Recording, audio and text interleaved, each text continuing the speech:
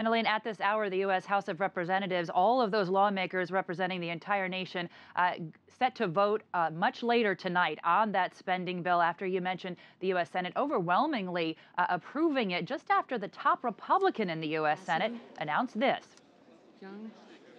I would say to all my colleagues has indicated he's prepared to sign the bill. He will also be issuing a national emergency declaration at the same time.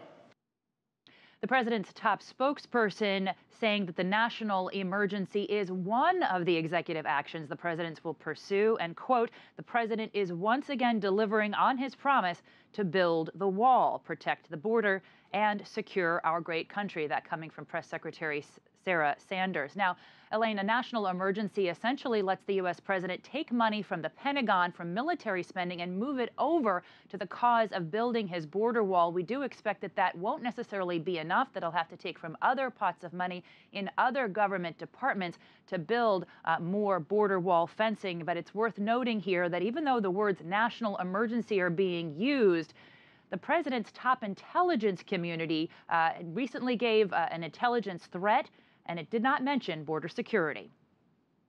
So, Jessica, tell us more about this strategy. What are the legal ramifications of this?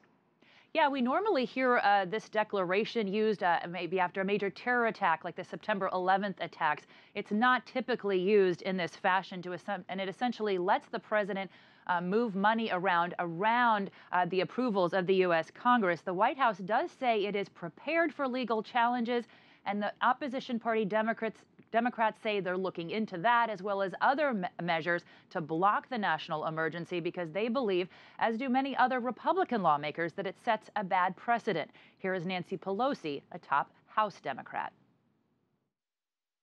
I know the Republicans have some unease about it no matter what they say, because if the president can declare an emergency on something that he has created as an emergency, an illusion that he wants to convey, just think of what a president with different values can present to the American people. Now, we're still waiting for word from the White House on when exactly the president will declare this national emergency and any other executive action. In addition, the president, of course, has to sign this spending bill in order to keep the government open, and that deadline is Friday, tomorrow. Elaine? All right, Jessica Stone live at the White House. Thank you.